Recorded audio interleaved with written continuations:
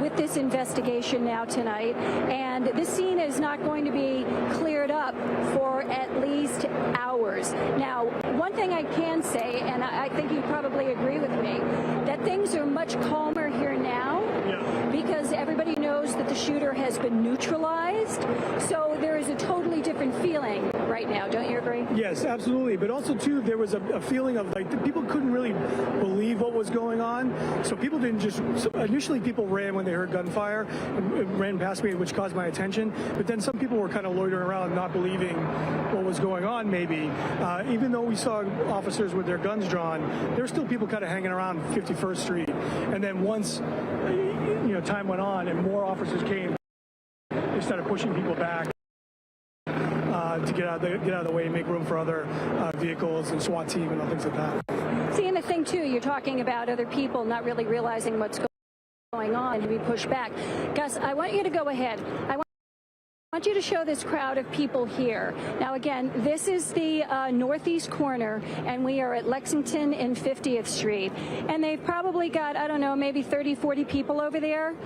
These people are now just standing around, for most of them. They're here because they're curious about what is going on. Obviously, they've seen a lot on social media, so they've heard about what's going on here. And then a lot of people then in situations like this race to scenes like this because they're curious. They want to see what's happening. They want to be able to get their own videos and post their videos.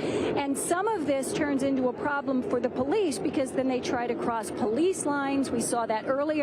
Gus got some video of a couple of people getting arrested because police at that point didn't know what was going on. They just knew there was an active shooter, and they kept trying to push people, not physically push them, but direct them away from the area that was dangerous, and people weren't listening to them. So they had to take a couple of people, at least that we saw, into custody. Natasha, back to you. You have any questions? Yeah, Linda, I have to say that when I first got reports of this shooting, my heart stopped because my sister used to work in that area with a private equity firm, and there are a lot of financial institutions in that building, 345 Park. I have a number of friends who texted me. One of my friends just left the building right before this scene unfolded. And also I'm seeing, you said this earlier, looking at that picture of that suspect just kind of casually walking into that pavilion on 51st and Park, business suit, wearing sunglasses, AR-15. But what did you feel when you first saw that picture? It was stunning to me. I mean, you would think after all of the things that I've seen in this news business that I wouldn't be stunned, but I still am. When I see something like that, it's jaw-dropping because you see this man and he's very, he's put together. He's got a cool look to him. His hair, he's got the sunglasses on. He's got a nice blazer, a collared shirt. He's got dark pants. It looks like blue jeans. It looks like a nice pair of sneakers. And then he's on Park Avenue of all places, with an AR-15 at 6 o'clock at night, just walking around. But he was also, it wasn't casual. It was a look of he had a sense of purpose. Obviously, he did because he had an AR-15 with him. But he had a mission. He was focused. He was looking straight. He wasn't looking around. He wasn't lollygagging. He had pulled up apparently in a car, got out of the car, walked into that building with the AR-15 and started shooting. And it's just, it is shocking to me. It's still shocking at this. I've been in the news business for 38 years. And when I see something like that, it's still stunning. Yeah. And heartbreaking. It's heartbreaking that that could happen. Yeah. When people are leaving work, heading back home, and you think your loved ones are there, and then those people who rushed out, and Matt talked about seeing people just terrified and seeing that terror in their eyes. It really is such a scary situation.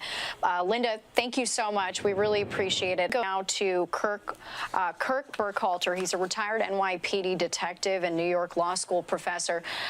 Kirk, thank you so much for joining us. What's your reaction to what unfolded tonight in Midtown Manhattan?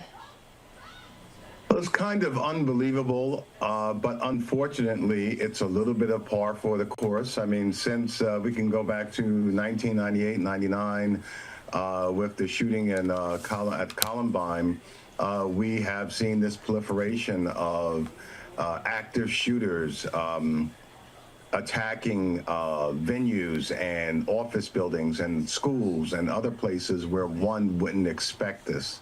So it's not expected, but yet it's not totally incredible. As you just reported, him walking with that, what appears